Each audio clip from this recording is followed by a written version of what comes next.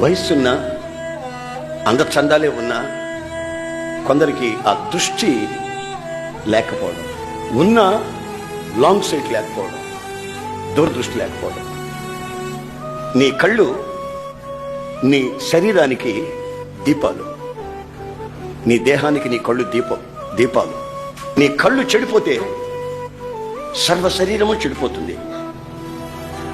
నీ కళ్ళు వెలిగి ప్రకాశిస్తే నీ సర్వ శరీరము, నీ ఫ్యూచర్ లైఫ్ ప్రకాశిస్తుంది.